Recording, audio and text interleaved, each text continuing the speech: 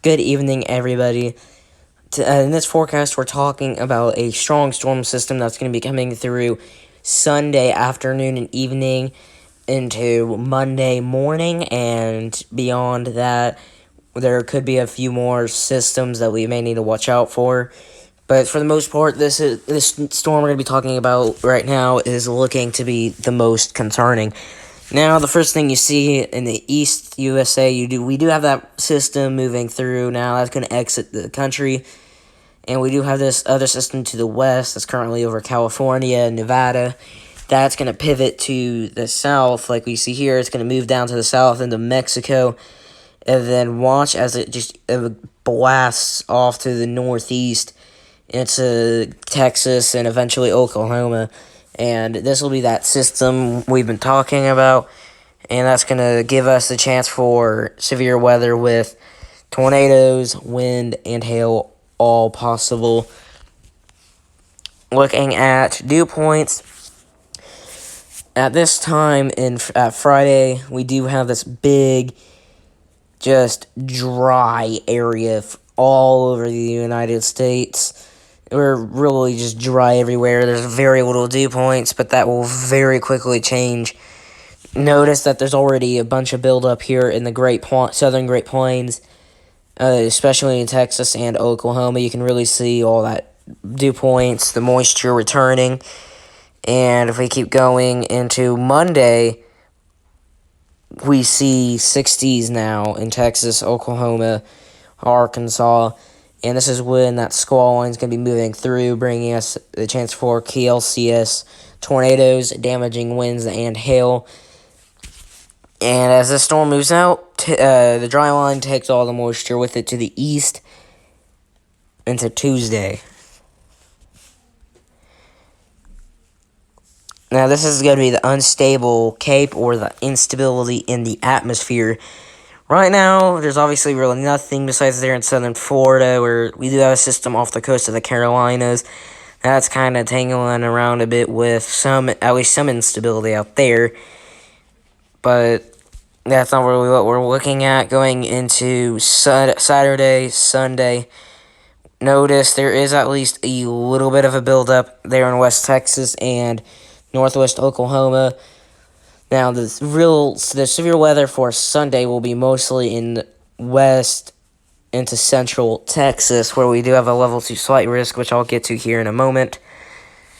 But as we go into Monday, if this thing will work, there we go.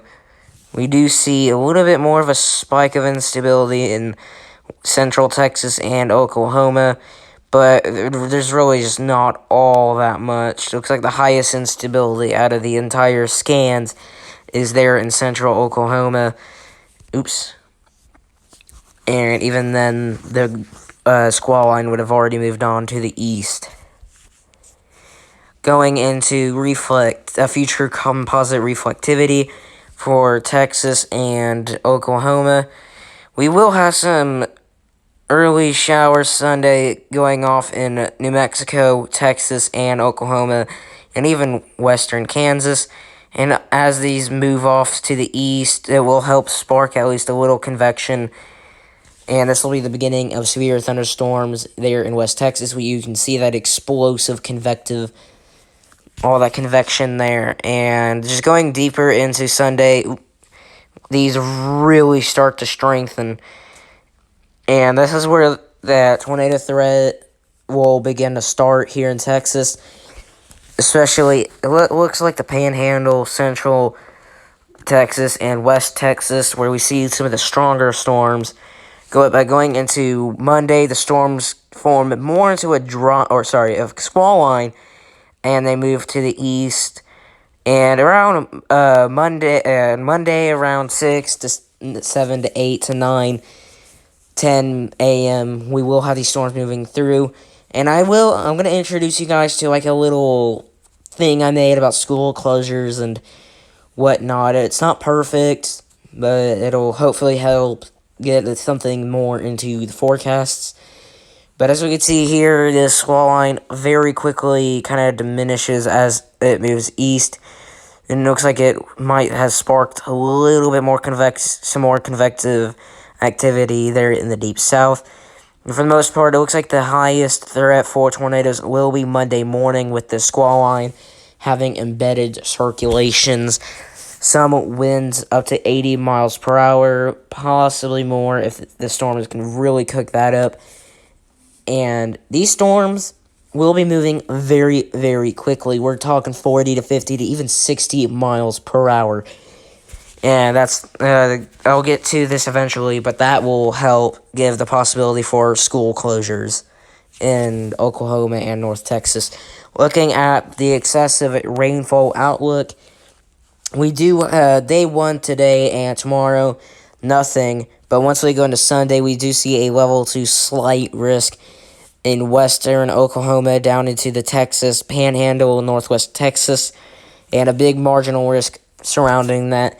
Going into day 4, Tuesday, we do have a marginal risk ranging from central Oklahoma all the way up through southern Minnesota and just west of Wisconsin. There might be just a teeny little clip in there. And that's pretty much it for that day, but we do have a level 2 slight risk there in the deep south, in the Florida Panhandle, and far southern Alabama. Friggin' brain isn't working. And going into the Storm Prediction Center, come on, please work, there we go. Into day 3, we do have that slight risk like I've been talking about there in central and western Texas, where there will be a possibility for a tornado or two, damaging winds 60 to 70 miles per hour, and maybe some very small hail, maybe up to quarter size, but I don't think hail will be a really big problem. Going to look at day 4, I think this should be updated, if it'll let me click on it. There we go. And right now, the 15% risk is in central Texas, at about the Austin area, up north into southern Oklahoma near the Fort Sill area.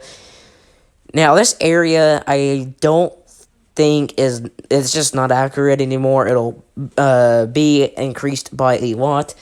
We should see a level 2 in slight risk ranging from central Texas into central Oklahoma tomorrow.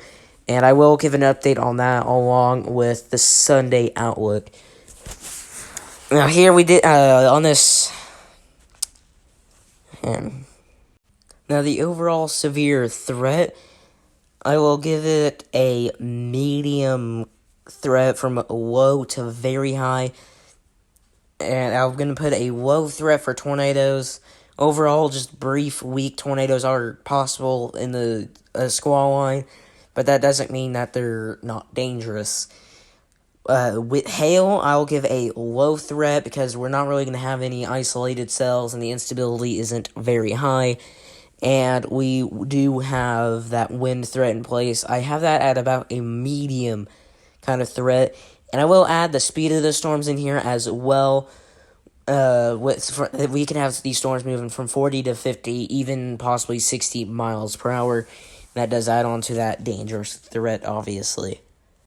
Now, school closures I have at a low threat because, well, school delays, that's a little bit more tricky, and same with school closings, because sometimes these storms are extremely difficult to predict, so we could have multiple tornadoes sweeping through, or we could not, and that tornado threat definitely adds up.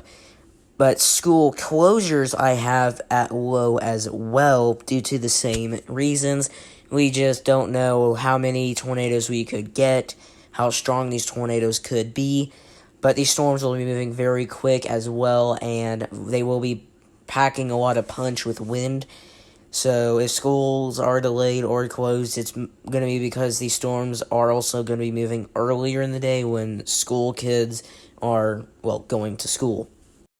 And if you liked this forecast video, please don't be afraid to drop a like, and if you haven't already, subscribe, because I do go live on the majority of these storms, or at least I try to. I am in school currently, so I may not be able to every single time, But if my own school is delayed or closed, I will go live on the storms early Monday morning and Sunday evening.